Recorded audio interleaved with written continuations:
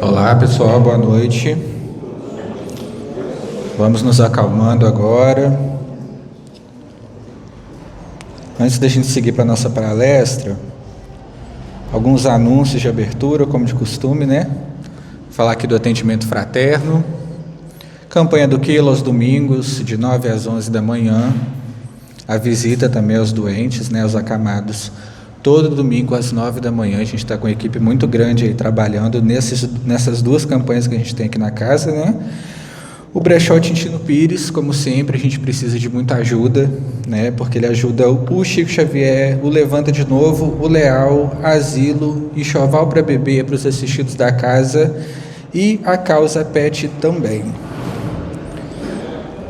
A gente vai pedir uma remessa nova também de camisas daqui da casa, tá bom, pessoal? Já está lá no grupo do Tintino Pires, muitos devem ter visto. O valor da camisa é R$30 e o prazo é até 10 de setembro, tá bom? Hoje a gente vai ter a nossa palestra com o Cândido Ladeira, encerrando, eu acho que vai estar encerrando, né, o tema do aborto, né? A gente vai fazer a prece, e não esqueci da prece dessa vez. A gente vai passar para a prece agora e depois a gente começa a nossa palestra, tá bom? Então vamos acerenar os nossos corações, elevando os nossos pensamentos àqueles que estão conosco nesta caminhada, ao nosso querido Mestre Jesus e à inteligência suprema que nos governa, nosso querido Pai, Deus, de infinita bondade. Neste momento, Mestre, pedimos que acalme o nosso coração, a nossa mente, o nosso corpo. Estamos caminhando para o fim da semana, com eventos na cidade, todos agitados.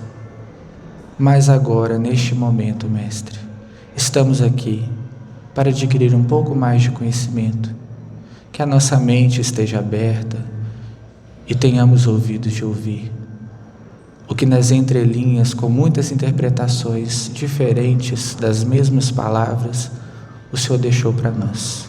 Que assim seja.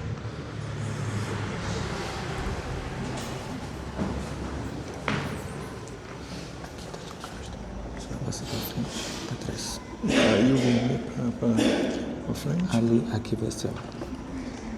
Frente. Para trás. E a luz onde? Acho que é ali. Tá ótimo. Boa noite. Hoje nós vamos fazer reflexões sobre o aborto, uma perspectiva espírita. Que o Mestre possa nos inspirar para falar sobre tema tão relevante, ao mesmo tempo tão delicado, que necessita ser examinado com sensibilidade e profundidade, né? É um tema que mexe muito com todos nós. Para falar um pouco sobre isso, eu achei muito interessante essa visão do aborto do Mário Quintana. O aborto não é, como dizem, simplesmente um assassinato. É um roubo. Nem pode haver roubo maior, porque ao malgrado nasciturno, rouba-lhe este mundo, o céu, as estrelas, o universo, tudo. O aborto é um roubo infinito. Malgrado, quer dizer, fracasso e nasciturno que está sendo concebido, mas ainda não nasceu. Interessante que eu acho que para te mexer com um tema desse, a beleza da vida está dela fazermos poesia e não necessariamente sermos poeta. Podemos fazer isso de maneira indireta, vivendo plenamente a vida e sorvendo toda a sua poesia, toda a sua beleza, toda a sua singeleza, grandeza e sensibilidade. E é isso que Quintana traz, né? Quando ele faz do aborto, ele rouba a capacidade que a gente tem de usar todos os nossos sentidos, sensibilidade da visão, do tato, da audição, ou seja, de viver a vida com plenitude. Isso que seria o aborto estar nos tirando. A gente, quando ele fala do universo, nós, como os espíritas, entendemos do fluido cósmico universal, que ele preenche todo o universo e serve como intermediário entre o espírito e a matéria. A gente sabe que o fluido vital atua como ela entre o espírito e a matéria, servindo como veículo para o pensamento. Ele é a fonte de vida a fonte do fluido vital que anima os organismos vivos e é utilizada pelos espíritos em práticas como o passe. Esse universo roubado pelo aborto é referente a esse fluido cósmico universal.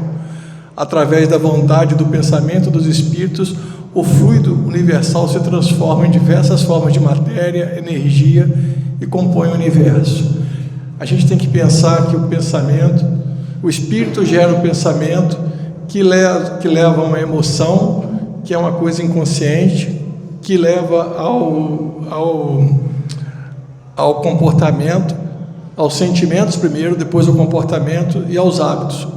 Então isso é importante, que todo pensamento é uma força de ação ativa, é a mobilização desse fluido vindo do fluido cósmico universal.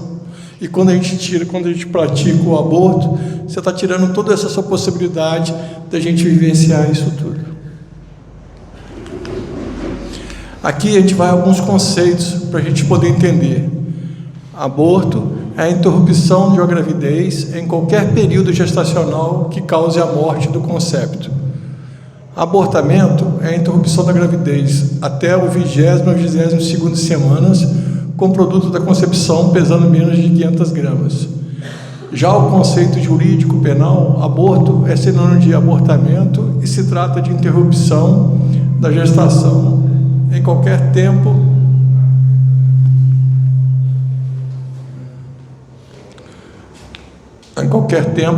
com dolo, com a intenção de causar a morte do concepto.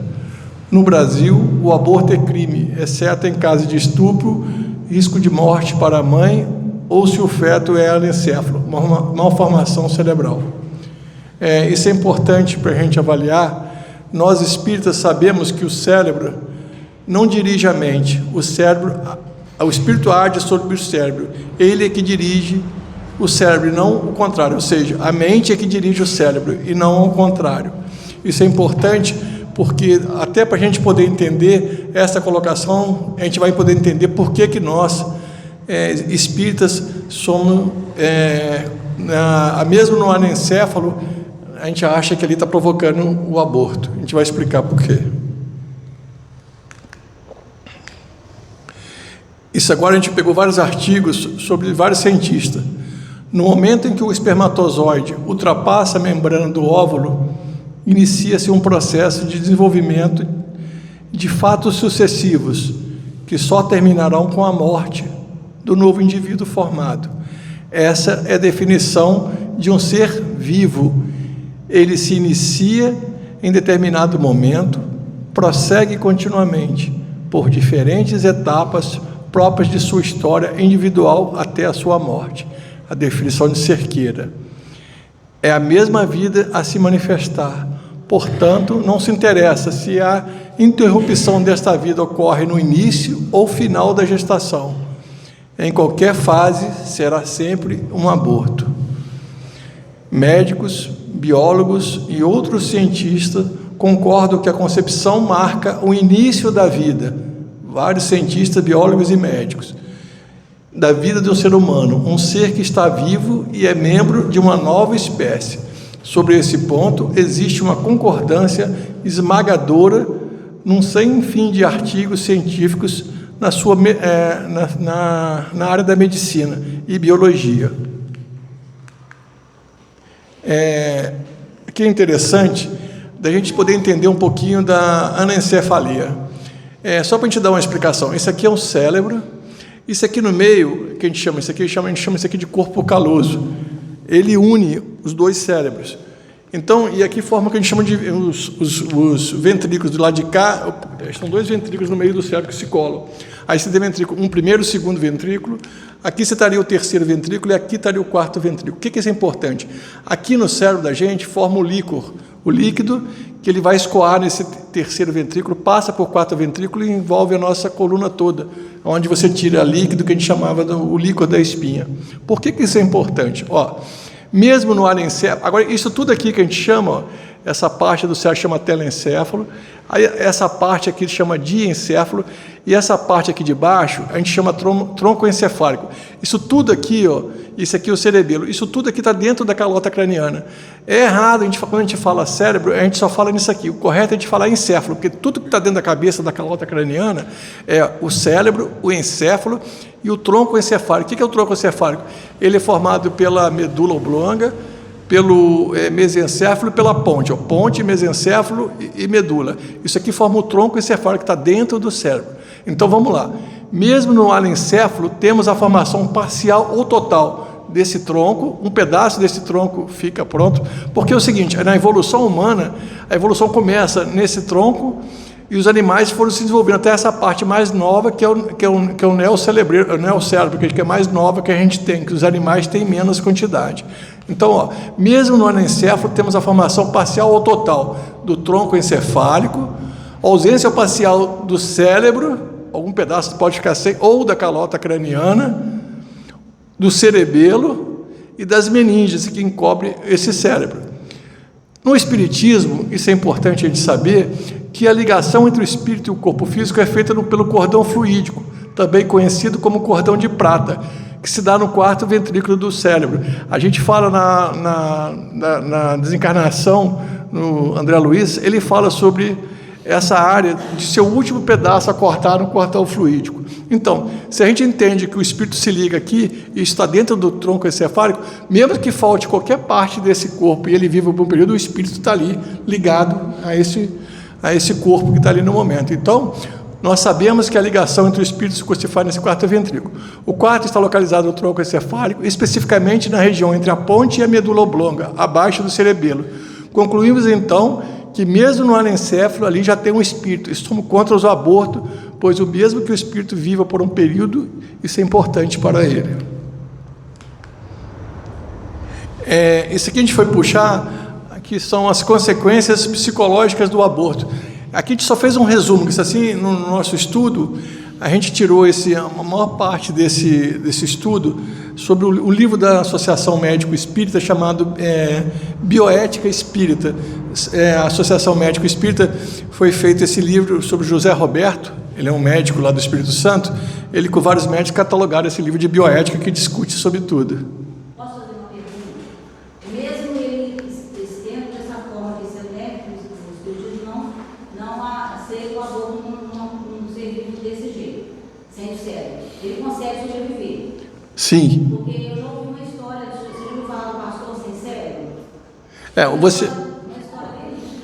Você pode viver um tempo sim, por quê?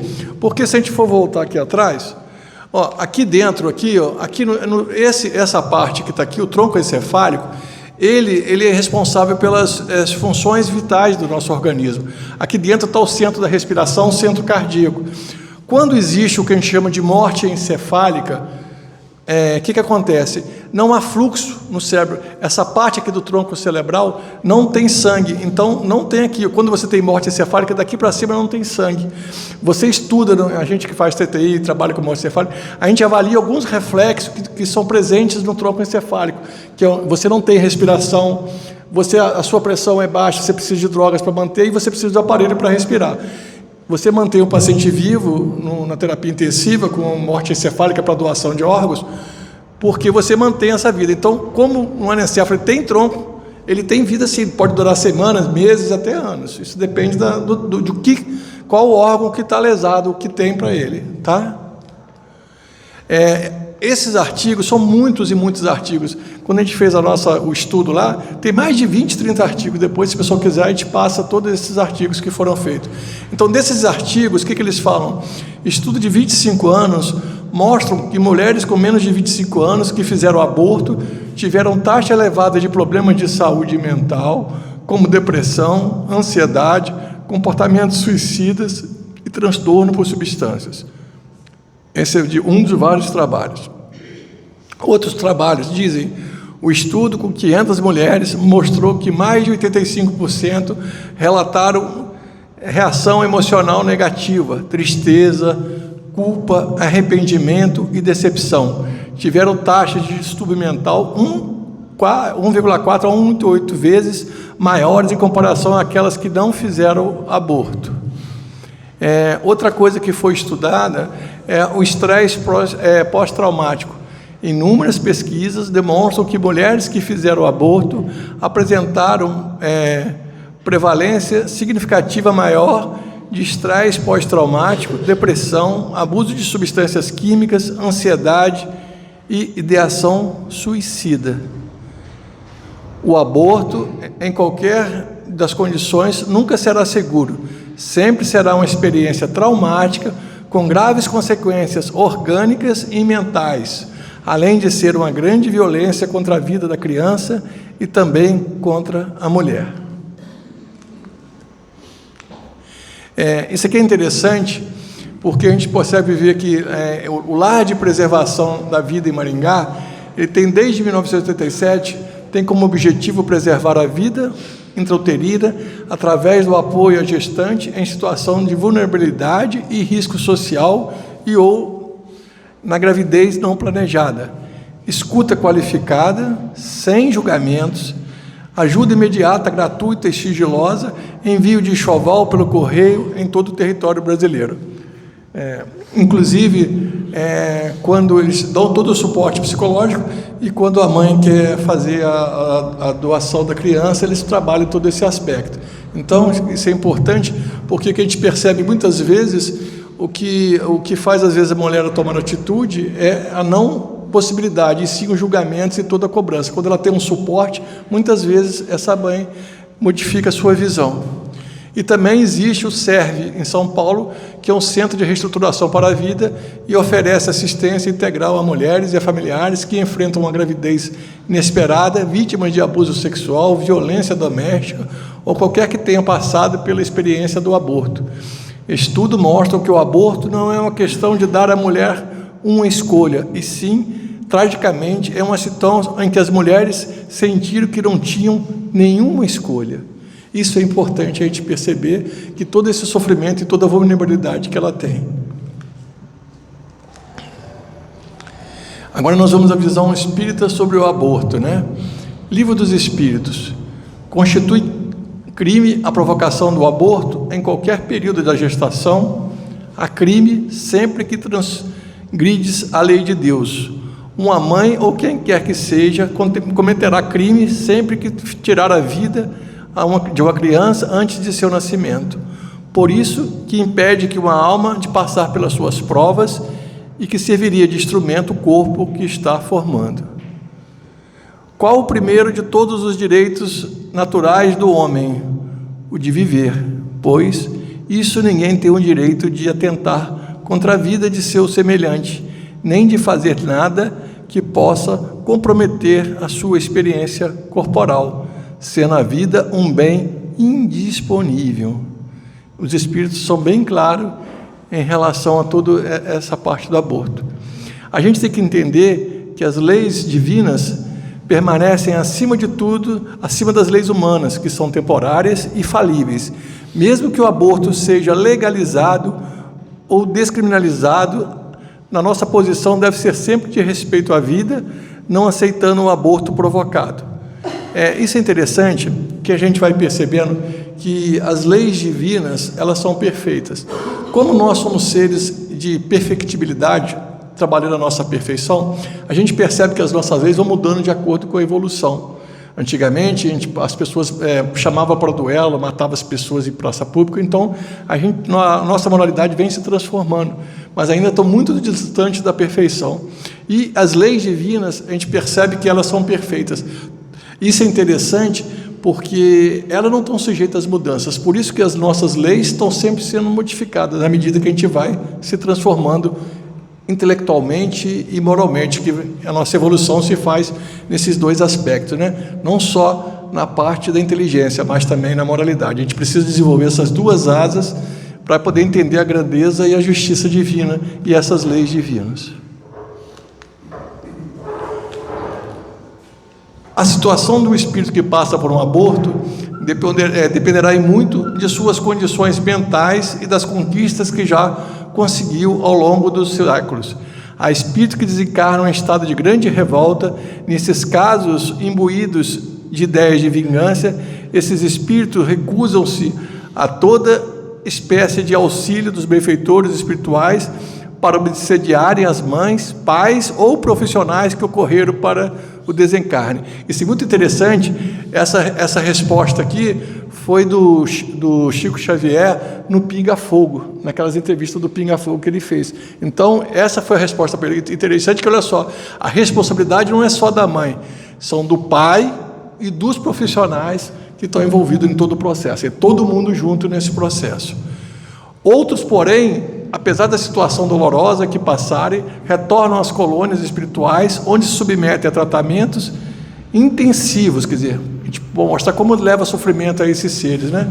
Trabalhosos, a fim de lograrem novamente equilíbrio e aguardarem nova oportunidade de reencarne. O que a gente percebe disso?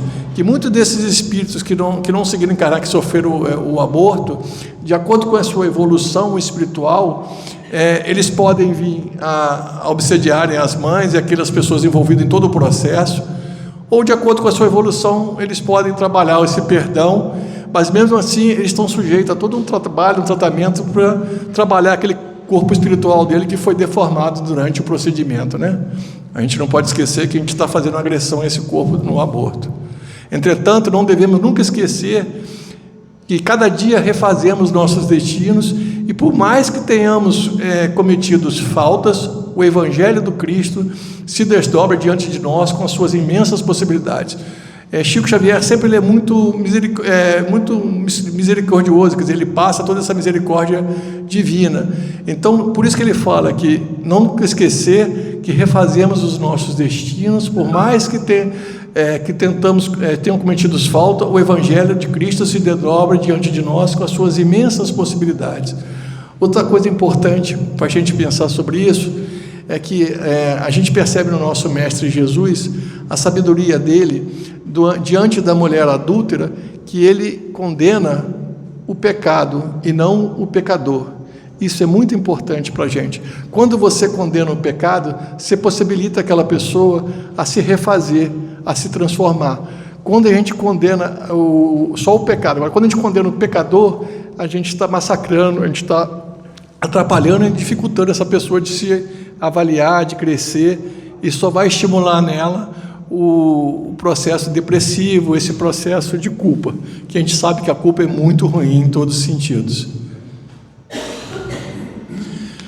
Aí a gente vai falar um pouquinho sobre a culpa, perdão e recomeço.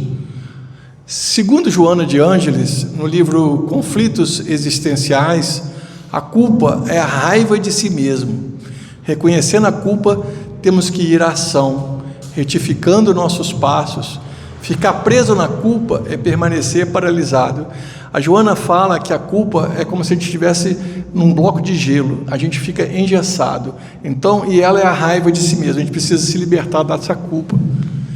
Ficar lamentando o acontecido e permanecer numa atitude autodestrutiva e improdutiva, Deus nunca nos condena, sempre nos oportuniza uma nova chance, um novo dia, uma nova experiência reencarnatória.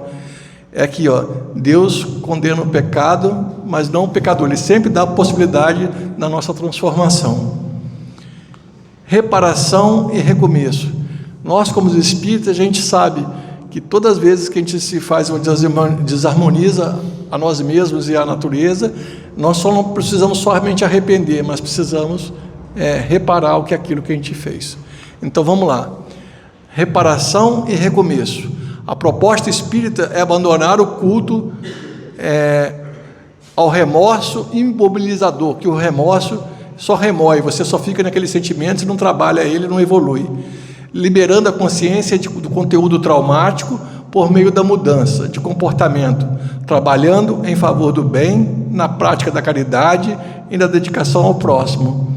Como disse Chico Xavier, ditado por Emmanuel, embora ninguém possa voltar atrás e fazer um novo começo, qualquer um de nós pode começar a fazer um novo fim.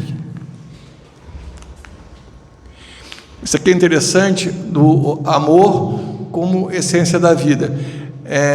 Essa parte está no Livro dos Espíritos, onde Paulo fala sobre as pernas eternas, ele fala que nós devemos gravitar em torno da unidade divina, e é necessário, para você gravitar em torno da unidade divina, é necessário o amor, a sabedoria e a justiça. Aí ele substitui o amor, que ele fala sobre o sentimento, aqui porque ele fala pelo sentimento, pelo pensar e pelo agir. Então, quando a gente gravita através do amor, da sabedoria e da justiça, ele fala assim: o supremo do amor é o sentir. O supremo da sabedoria, quer dizer, o pensar leva ao supremo, que é a sabedoria, e o supremo do agir é a justiça. Então, o pensamento leva, o supremo dele leva a sabedoria, quer dizer, porque a sabedoria ela é muito mais que o conhecimento científico. Aqui está junto, a sabedoria ela envolve também um conhecimento moral. Por isso que a gente vai percebendo que no livro Allan Kardec, na Obras Póstumas, ele fala que o ser humano ele deve caminhar para a transformação da inteligência, intelecto, moral. Quer dizer, você teria que ir ao supremo da inteligência e da moralidade. Então, a gente tem que ser o supremo do sentir, o amor, o supremo do pensar, a sabedoria, e o supremo do agir, a justiça. Então, a gente precisa sentir, pensar e agir. Vamos nos permitir ser autores e protagonistas da nossa própria história, pautada em mais amor e menos indiferença com o outro e nós mesmos. A vida pulsa energeticamente em tudo. Se a gente perceber, tudo a vida. A gente que às vezes não tem essa capacidade de avaliar a grandeza que a gente está envolvido e imerso nessa vida.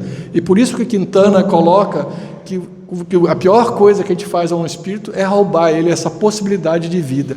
E você vê a grandeza divina quando a gente começa a perceber toda a criação desse planeta e todo o nosso envolvimento e toda a grandeza da evolução em todos os sentidos. Se a gente perceber que o amor divino começa lá no átomo, já numa energia de atração nesses átomos, que vai caminhar pelas plantas na sua sensibilidade. E é nessa evolução da sensibilidade, a gente já caminha no homem, no animal, pelo instinto, no animal pelo instinto, no homem pelo sentimento e no anjo a sublimação. Se a gente for perceber que, então, o espírito vai gerar um pensamento que vai levar uma emoção, um sentimento e um comportamento. E a sublimação seria a energia no máximo de amor, de distração, quer dizer, a gente pega num átomo e volta num nível de energia mais sublimada ainda, fazendo o ciclo da vida. Só que esse ciclo da vida, ele seria como, ele é um ciclo que vai se evoluir, ele vai subindo nesse ciclo, né? Ele não fica paralisado, ele vai aumentando, ele vai se expandindo. Então, acho importante, quando a gente fala disso tudo, a gente precisa falar. Quando a gente fala do aborto, a gente está falando, a doutrina espírita ela é muito clara em relação a isso. Nós somos contra o aborto, mas nós não temos capacidade de julgar ninguém. Nós temos a capacidade de acolher e saber que todos nós temos as nossas dificuldades, nós temos as nossas imperfeições e todos nós precisamos ser ajudados e transformados. É isso que a gente faz, a gente não quer julgar ninguém. A gente está falando sobre todas as consequências, as responsabilidades que isso vai trazer para a gente e que toda a nossa colheita vai ser dependente daquilo que a gente plantou. Então, a gente tem que saber que isso vai ser. E aprender, né, a respeitar essa natureza, né? Nós somos vida, gente, e temos vida dentro de nós. A gente perceber que a gente tem um pouquinho de átomo, a gente tem isso aqui, planta, a sensibilidade, a gente tem o instinto, que por si só não é ruim, ele é importante porque o instinto é a fonte, ele nunca faz a gente errar, segundo fala o livro dos Espíritos, até o sentimento e a sublimação. A gente caminha nesses 3 estágios dentro da nossa casa mental que a gente fala. Vamos respeitar a vida presente na natureza e dentro de nós mesmos. Só o amor resume e engloba toda a nossa vida imortal. Daí ser a fonte de vida, onde pulsa e jorra todas as nossas energias.